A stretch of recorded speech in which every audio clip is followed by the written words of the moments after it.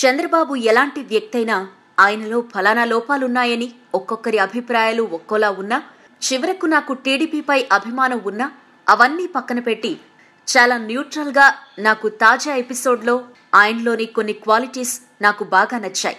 నాకు ఒక వ్యక్తి దగ్గర ఏదైనా నచ్చితే ఖచ్చితంగా నేర్చుకుంటాను. చిన్నపిల్లల నుంచి మనస్ఫూర్తిగా నవ్వటం దగ్గర నుంచి చంద్రబాబు, కేసీఆర్, జగన్, పవన్, మోదీ లాంటి వాళ్లు పడే కష్టం వరకు నన్ను ఖచ్చితంగా ఇన్స్పైర్ చేస్తాయి. వాళ్లంత గొప్పవాళ్లుగా తయారవ్వాలి. అప్పుడే వారిని విమర్శించే అర్హత మనకుంటుంది అన్నది నా ఆలోచన. రాజకీయాలు ఎలా ఉన్నా, ఏ కారణాల వల్ల ప్రజాకూటమి ఓడిపోయినా కేసీఆర్ నేను విజయవాడ వచ్చి రిటర్న్ గిఫ్ట్ ఇస్తాను అంటే మీరేంటి మా దగ్గరకు వచ్చేది అంటూ కన్జర్వేటివ్ గా చంద్రబాబు స్పందించలేదు.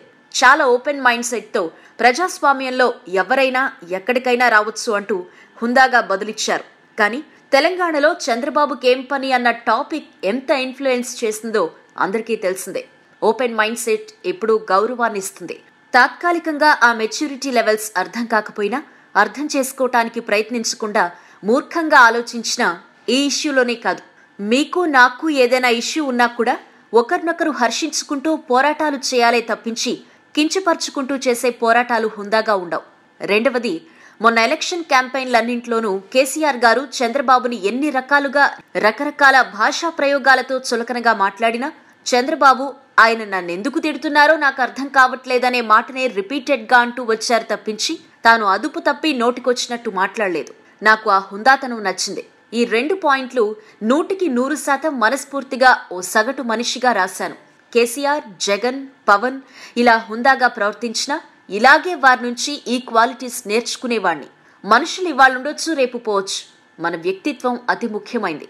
చంద్రబాబులో చాలా లోపాలుండొచ్చు, కానీ విఘ్నుడి లక్షణం చెడుని పక్కన పెట్టి మనుషుల్లోని మంచిని మాత్రమే నేర్చుకోవటం అని నేను బలంగా నమ్ముతాను. ఒక వ్యక్తి నుంచి ఏదైనా నేర్చుకోవటానికి కనిపిస్తే నేర్చుకుందాం. ఒక వ్యక్తి మనకు నచ్చకపోతే కామ్గా చూస్తూ ఉండడం బెటర్.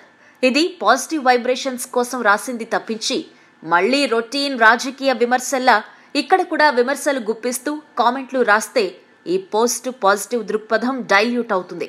మరో విషయం గుర్తుపెట్టుకోండి, రేపెప్పుడైనా నా నోటీస్ కి మంచి క్వాలిటీస్ కనిపిస్తే కేసీఆర్, జగన్, పవన్ ని మెచ్చుకోవటానికి కూడా నేను వెనకాడను. గొప్పవాళ్లలో గొప్పతనం చూడాలి, కానీ ఎప్పుడూ లోపాలు వెదికి మనము పనికిరాని వాళ్లుగా మిగిలిపోకూడదు. ఈ వీడియో మీకు నచ్చినట్టయితే లైక్ చేయండి, షేర్ చేయండి. మరిన్ని ఇంట్రెస్టింగ్ వీడియోస్ చూడడానికి మా ఛానల్ కు తప్పక సబ్స్క్రైబ్ అవ్వండి.